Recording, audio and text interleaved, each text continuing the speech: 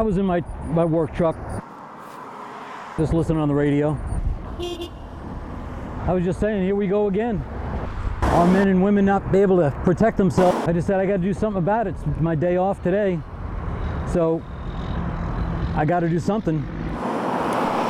Well, I got my AR-15, pretty reliable gun, and I got my sidearm. Never thought it was going to happen in Chattanooga, Tennessee. Very well might happen in Winchester, Virginia. Don't know, but if it does, at least I'm here. Former Marine. Okay, very good. So I want to come out and thank you for what you're doing. Couldn't wear their uniform. They weren't allowed to wear the uniforms today. They had to close up early. That's a real shame that it has to come down to this. I have to be out here to protect the military that's trying to protect us. It's fundamental Muslim extremism. They've declared war on us. The war is here. Thank you very much. Thanks for your support. Just trying to keep my head on a swivel, and because, you know, something could happen. I just planned on being out here for a couple hours. I had my lawn to mow today, and my wife's going to wonder why the lawn wasn't cut. I'm not going to tell her where I was. It's my right. Right now it's my duty. I can carry my firearms out in the open, not only protect myself, if it comes down to protect others. Thank you very much. God bless you. Thank you, appreciate it. Sad I have to do it, but you know, I'm happy to do it. Thanks, you too. Can you see the recruiting station in the back?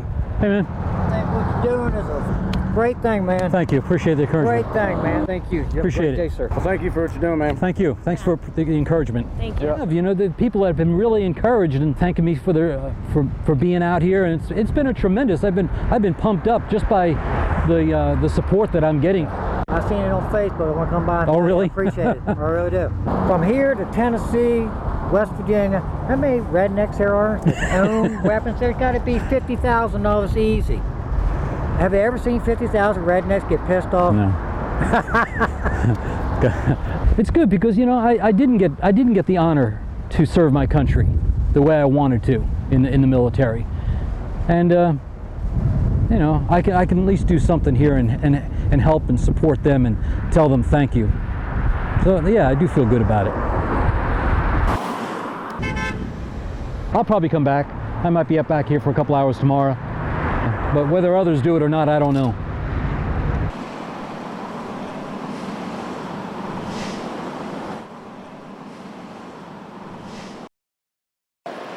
And I'm ready to go.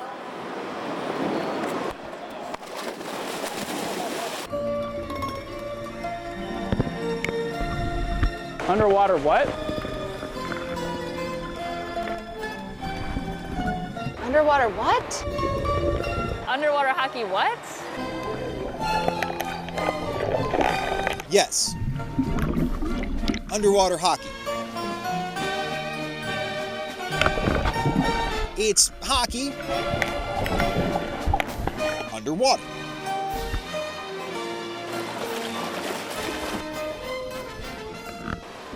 Pretty simple, right? Most people think it's hockey sticks, like you're out of the water or there's ice involved somehow. But actually, none of that is involved. Underwater hockey involves 6-person teams wearing snorkels, masks, and fins, wielding a 12-inch stick, trying to push a weighted puck down the bottom of the pool toward a goal, all while holding their breath.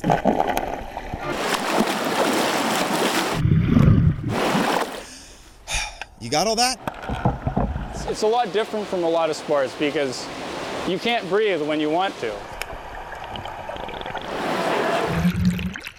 So you can't have one person just take over. It's different than anything else you probably experienced. Basically, it's like a shark feeding frenzy. That might be an understatement. At times, underwater hockey is pure chaos.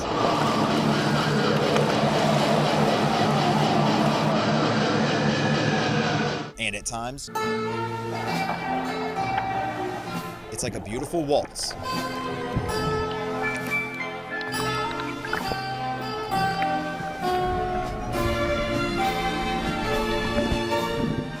You can't talk to your teammates underwater. so nonverbal communication is key. Tapping on the bottom to get other players' attention, or using your hand to make a loud noise with the stick, or just shoving people on the surface to get them to go where you want them to. Just like ice hockey, underwater hockey can get a bit rough. It does get really physical. I've had 7 stitches, Kicked in the face a lot. Goose egg. I've got a few pucks to the face. headshots. I've had a few black eyes. Actually broke his eye socket. In spite of the injuries and the shortness of breath, Capital Region Underwater Hockey is dedicated to pool puck. If it's your strong corner, to now become the strong side back. They practice 3 nights a week Black team, Will, Chris, Brody, and Kristen. and spend their vacation time traveling to events, some as far away as the World Championships in Hungary. So, is underwater hockey a sport? Once you try it, you'll understand. This is one of the most physically exhausting things I've ever done, but even when there was a chance to touch the puck or maybe score, I'd want to hold my breath just that much longer. So, is underwater hockey a sport? I'd say yes.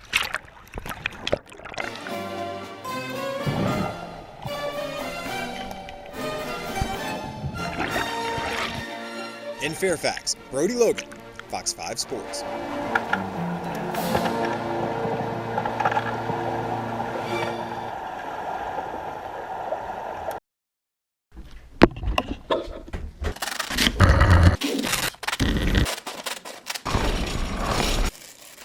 When 14-year-old Mark Lindblom rolls by a store, he disappears. I have to go in. You see, there might be coupons. As you can see right here, they're 14 counts. They retail at $5.99. They were on sale for $3.94.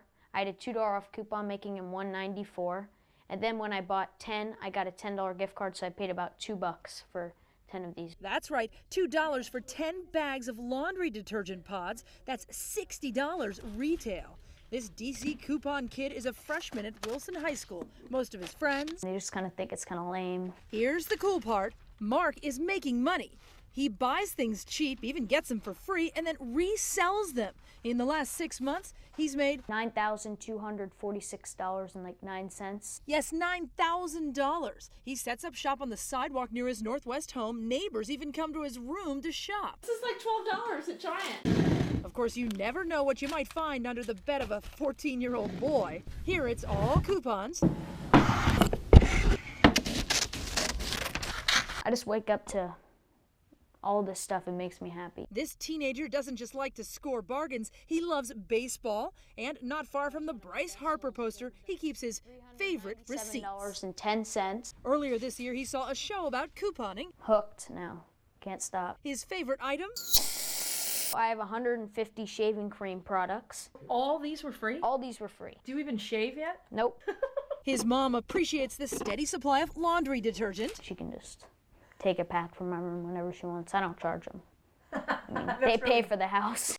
Yeah, I think that's a good point. No freebies for his sister, though. Whenever my sister wants like a nail polish, because she says that they're winter colors, she says I need a winter color, so she picks out one. I don't know what that means, though, but then I ask her for like a 10-minute back rub.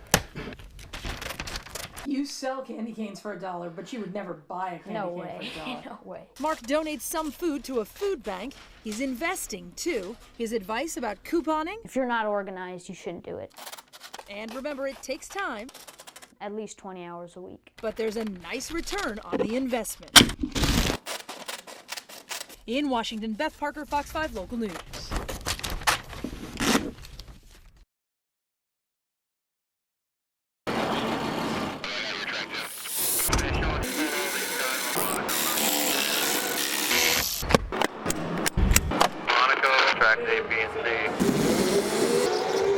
Schooler and you want to be the next Tom Brady, well, you go after the football team. Or if you want to be the next John Wall, just go after the basketball team. But let's say you want to be the next Dale Earnhardt, or you want to be the next Elio Castroneves. What do? Well, you come here to Columbia, Maryland for the first ever Maryland Varsity Karting Championship.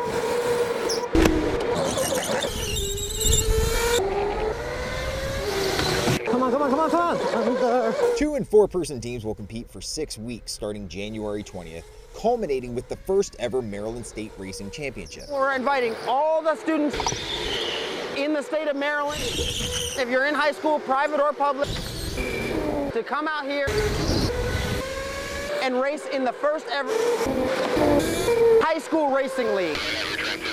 27 racers have signed up, representing Howard High, Old Mill, and Sandy Spring, among others. With 3 more days of tryouts, they're looking for as many as 60 drivers. It's like soccer and football and all that. Come on, come on, come on, come on. It's a chance for us to represent our school. Come on. And I think, there's no other way to better do it than fighting for the pride and first ever Maryland High School Varsity Championship. I think it'd be great because I could have my high school banner be up there and I could be like, wow, I actually won this for my high school. This is their chance to get recognized for their talents. A lot of kids don't get that, especially the type of kids that are good at racing. They have the mental capacity to drive these karts at the limit. And when you give those people the opportunity to be recognized, when they get the opportunity to represent their school, and all of a sudden they're a jock now too. Some drivers are in it for the rush. The thrill of driving and like the wind blowing in your face and being able to pass a lot of people. Others are driving toward the dream of racing stardom. Just pulling away from me a little bit. That's better. For me, I want to be the first Chinese-born racing driver in IndyCar. To make it there would just be mind-blowing for me. Jackie Ding has raced all over the country chasing his dream. A lot of compromises, because you have to make a lot of sacrifices. No shenanigans. To actually do what I want to do. And not just me either. I have people around me, my parents, my family. They have to sacrifice their own interests to support me. Jackie has raced in the Skip Barber Open Wheel Series for 3 years, and he plans to race in Formula 3 next year.